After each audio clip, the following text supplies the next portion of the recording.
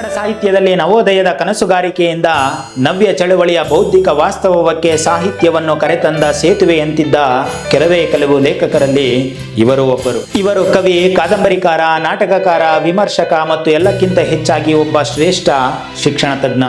ಇವರೇ ಜ್ಞಾನಪೀಠ ಪ್ರಶಸ್ತಿ ಪುರಸ್ಕೃತ ವಿ.ಕೃ. ಗೋಕಾಕ್. ಹಾವೇರಿ ಜಿಲ್ಲೆಯ ಸವಣೂರಿನಲ್ಲಿ ಜನಿಸಿದ ವಿನಾಯಕ ಕೃಷ್ಣ ಗೋಕಾಕ್ ಅವರು ಇಂಗ್ಲಿಷ್ ಸಾಹಿತ್ಯದಲ್ಲಿ ಆಳವಾದ ಪಾಂಡಿತ್ಯವನ್ನು ಪಡೆದವರು. ಆಕ್ಸ್ಫರ್ಡ್ನಲ್ಲಿ ಓದಿ ಬಂದ ನಂತರ ಕನ್ನಡ ಸಾಹಿತ್ಯವನ್ನು ಹೊಸ ದೃಷ್ಟಿಯಿಂದ ನೋಡಲು ಆರಂಭಿಸಿದವರು. ಆರಂಭದಲ್ಲಿ ನವೋದಯ ಶೈಲಿಯಲ್ಲಿ ಬರೆಯುತ್ತಿದ್ದರು. 1934ರಲ್ಲಿ ಪ್ರಕಟವಾದ ಅವರ ಸಮುದ್ರ ಗೀತೆಗಳು ಕವನ ಸಂಕಲನ ಕನ್ನಡ ಸಾಹಿತ್ಯದಲ್ಲಿ ಒಂದು ಹೊಸ ಶಕೆಯನ್ನು ಆರಂಭಿಸಿತು. ಅಲ್ಲಿಯವರೆಗೂ ಬಳಕೆಯಲ್ಲಿದ್ದ ಛಂದಸ್ಸು, ಪ್ರಾಸಗಳ ಕಟ್ಟುಪಾಡುಗಳನ್ನು ಮೀರಿ ಹೊಸ ಮುಕ್ತ ಛಂದಸ್ಸಿನಲ್ಲಿ ಬರೆಯಲು ಆರಂಭಿಸಿದರು. ಪಾಶ್ಚಾತ್ಯ ಕವಿಗಳಾದ ಎಲಿಯಟ್, ಪೌಂಡ್ ಅವರ ಪ್ರಭಾವವನ್ನು ಕನ್ನಡಕ್ಕೆ ತಂದವರು. ಇದುವೇ ಮುಂದೆ ನವ್ಯ ಕಾವ್ಯ ಚಳವಳಿಗೆ ದೊಡ್ಡ ಸ್ಫೂರ್ತಿಯಾಯಿತು.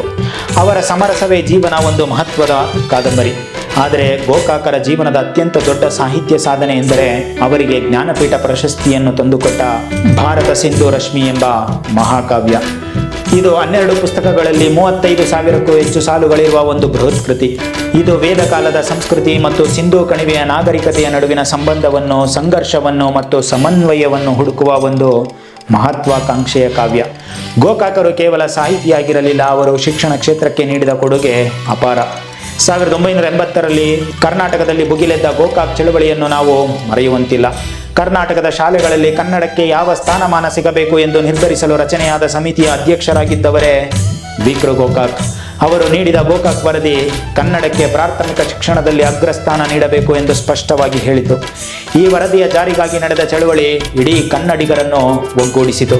ಒಟ್ಟಿನಲ್ಲಿ ವಿ.ಕೃ. ಗೋಕಾಕ್ ಅವರು ಕನ್ನಡ ಸಾಹಿತ್ಯದಲ್ಲಿ ಸಂಪ್ರದಾಯ ಮತ್ತು ಆಧುನಿಕತೆಯ ನಡುವಿನ ಕೊಂಡಿಯಾಗಿದ್ದರು ಹಾಗೂ ಕನ್ನಡ ಭಾಷೆಯ ಸ್ವಾಭಿಮಾನದ ಹೋರಾಟದ ನಾಯಕರಾಗಿದ್ದರು. ಇದರ ಬಗ್ಗೆ ನಿಮ್ಮ ಅನಿಸಿಕೆ ಏನು ಅನ್ನುವಂಥದ್ದನ್ನು ಕಮೆಂಟ್ನಲ್ಲಿ ತಿಳಿಸಿ. ಹಾಗೆ ಈ ವಿಡಿಯೋ ಇಷ್ಟ ಆಗಿದ್ದರೆ ಲೈಕ್ ಮಾಡಿ, ಶೇರ್ ಮಾಡಿ ಮತ್ತು ನಮ್ಮ ಚಾನಲ್ಗೆ ಸಬ್ಸ್ಕ್ರೈಬ್ ಆಗೋದನ್ನು ಮರಿಬೇಡಿ. ನಮಸ್ಕಾರ.